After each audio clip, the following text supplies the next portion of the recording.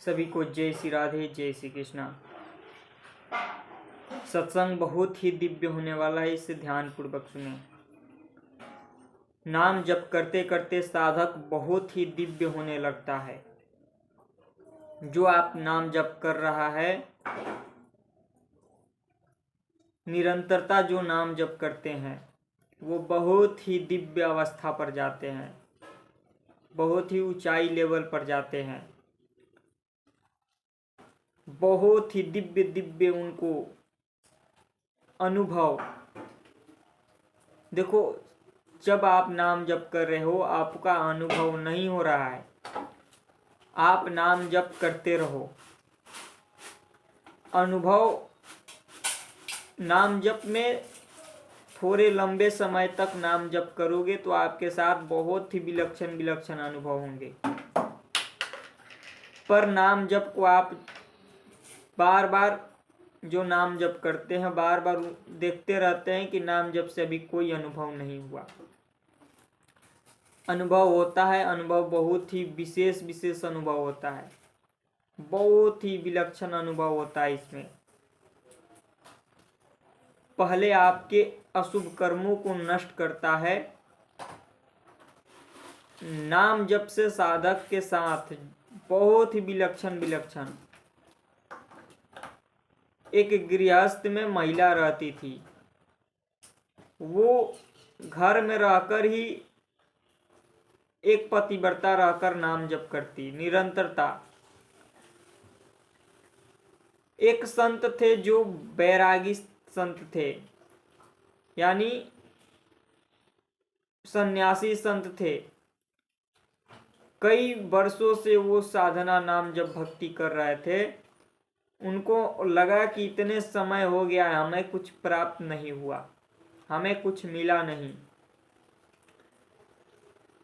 एक वृक्ष के नीचे बैठे थे, तभी उनके ऊपर एक चिड़िया बैठी थी। उनके अंदर लगा कि नाम जप से कुछ भी नहीं हो रहा है, भक्ति कर रहे हैं, कुछ भी नहीं, अभी तक हमें कुछ प्राप्त नहीं हुआ है, कोई सिद्धि शक्ति। जैसे उनके अंदर ये फील हुआ कि ऊपर चिड़िया बैठी है, चिड़िया बहुत ज़्यादा बोल रही थी। जैसे ही इनके अंदर से ये निकला कि ये चिड़िया यहीं पे गिर के मर जाए, वो चिड़िया वहीं पे गिर के मर गई। अब इनको लगा कि ये कैसे हो सकता है, क्योंकि इनको भी नहीं पता था कि हमारे अंदर शक्ति सिद्धि। वो बैठे थे तो उस समय उनके अंदर ये अहंकार जागृत हुआ कि हम तो सिद्ध हो गए। अब उनको लगा कि हम तो कुछ भी कर सकते हैं। जैसे ही वो इनके अंदर ये जागृत हुआ, अब उनके अंदर ये अहंकार उत्पन्न हो गया था कि हम तो सिद्ध हो गए। वहां से वो चले एक महिला के घर में, गांव में महिला का घर था जहां वो साधिका रहती थी, वही साधिका का वो घर था। उसी साधिका के घर में वो गए और जाकर दरवाजे पर खड़े होकर भिक्षा मांगने लगे। तो महिला के पति आने वाले थे, जब तक पति नहीं आए तब तक वो बाहर नहीं आई।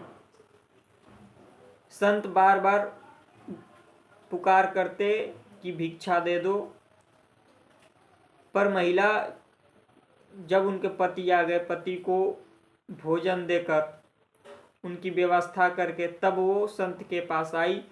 संत बोले कि इतने समय से तुम्हारे दरवाजे पर खड़े हुए हैं, तुम अंदर थी और एक संत का अपमान, दरवाजे पर खड़ा हुआ एक संत कब से पुकार रहा है, तुम्हें अंदर ही हो, तुम्हें सुनाई नहीं दे रहा। मैं तुम्हें बहुत बड़ा दंड दे सकता हूं इसके बदले में, क्योंकि तुम घर में रहकर भी एक संत का अपमान की हो। भिक्षा नहीं देना है तो बोल देती, हम चले जाते। वो साधिका बोली कि क्षमा करिए, हमें पता नहीं था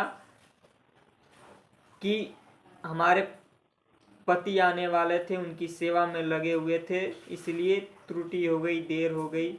क्षमा करें और आप भिक्षा ले ले, गुस्सा ना करें। संत बोले कि तुम एक संत का अपमान करके और तुम भिक्षा दे रही हो। संत बोले कि तुम्हें पहले हम दंड देंगे। वो जो साधिका थी वो इनके सारे पहले के जो भी ये साधना किए थे, भक्ति किए, तो इनके बारे में सब कुछ वो जानती थी, क्योंकि वो भी एक सिद्ध साधिका थी। संत को बताई कि देखिए क्षमा करिए, हमसे त्रुटि हो गया है, जिसके कारण हम आपसे क्षमा मांग रहे हैं, क्योंकि हमें लेट हो गया है पति के आने से। संत बोले कि ठीक है। साधिका को अंदर से था कि इनके अंदर ये अहंकार हो गया है जो इनको सिद्धि मिली है। साधिका बोली कि आपको क्या सिद्धि मिल गया, आप इतना अहंकार में हो गए। आप एक चिड़िया को मार कर आ रहे हो अपनी शक्ति के अहंकार से। आप क्यों कितना बड़ा सिद्ध हो गए हो कि अपनी शक्ति से एक चिड़िया को मारिए। संत को जैसे ये पता चला, संत बोले कि ये तुम्हें कैसे पता चला। संत को अंदर से लगा कि ये कोई साधारण स्त्री नहीं है, ये बहुत ही विलक्षण है। साधिका बोली कि आप जैसे शक्ति हमारे पास बहुत है, सिद्धियां बहुत है, पर इन सिद्धियों का दुरुपयोग करना बहुत भारी अपराध है।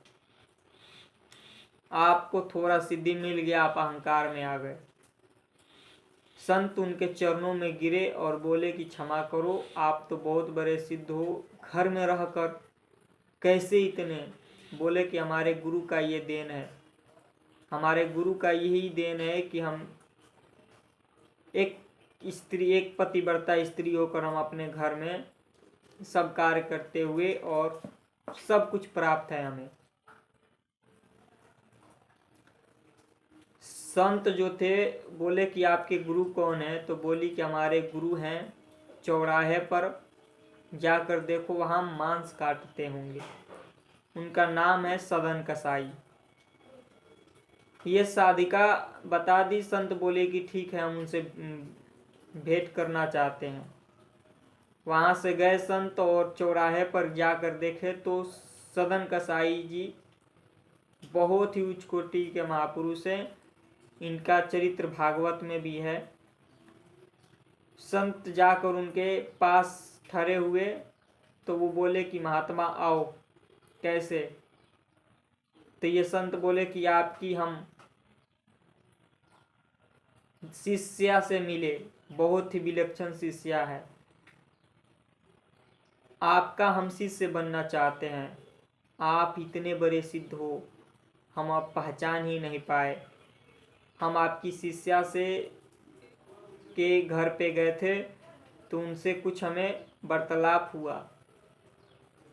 हम तो अपने आप को बहुत बड़े सिद्ध समझ रहे थे, पर जब उनके साथ हमारा बात हुआ तो उनको लगा कि हम तो कुछ भी नहीं है, ये घर में रहकर सब कार्य करते हुए इतने बड़े सिद्ध हो गई। संत बोले कि हाँ, वो हमारी शिष्या है और एक पतिव्रता है, उसके पास भक्ति से, नाम जप भक्ति से सब कुछ है उसके पास। संत को अंदर से लगा कि ये बहुत ही विलक्षण सिद्ध संत है। वो बोले कि हम आपके शिष्य बनना चाहते हैं, आप कृपा करके हमें गुरु दीक्षा दें।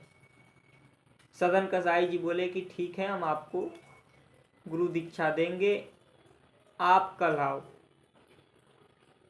ये साधक कल गए, उनको गुरु दीक्षा मिला और उनके वो शिष्य बन गए। तो जो भक्ति करते हैं, नाम जप करते हैं, इनका अर्थ ये नहीं कि आप सब कुछ छोड़कर कहीं भी जाओ तो आपको भगवान की कृपा मिलेगी। नहीं, आप घर में रहकर सब कुछ करते हुए नाम जप कर रहे हो और वहीं सब आपको मिल जाएगा, वहीं सब कुछ प्राप्त हो जाएगा। घर छोड़कर कहीं भी जाने की जरूरत नहीं है। आप बस निरंतर नाम जप करो, सत्संग सुनते रहो, हर कार्य को भगवान का ही समझो, तो आप वहीं सिद्ध हो जाओगे, वहीं सब कुछ प्राप्त हो जाएगा। बस निरंतरता नाम जप और ज़्यादा से ज़्यादा सत्संग सुनना, निरंतर नाम जप करना, तो सब कुछ जो इच्छा है, जो आपकी इच्छा है, सब नाम जप पूरा कर देगा। इसलिए निरंतर नाम जप करो, नाम जप को छोटा ना समझो। नाम जप से आप जो चाहो वो प्राप्त हो जाएगा। पर नाम जप से जब आपको नाम जप की शक्ति महसूस होगी तो आपको छोटे छोटे चीज़ों के लिए आप बड़े बड़े नाम को नहीं, उसके नाम के बदले कुछ भी संसारी चीज़ें लेना बहुत ही तुच्छ है, बहुत ही छोटी वस्तु है। अगर आपकी इच्छा भी है, नाम जप से आपको चाहिए, तो आपको प्राप्त हो जाएगा। घर में रहकर नाम जप करते हो, निरंतरता नाम जप करो और जो चाहिए प्राप्त हो जाएगा। जय श्री राम।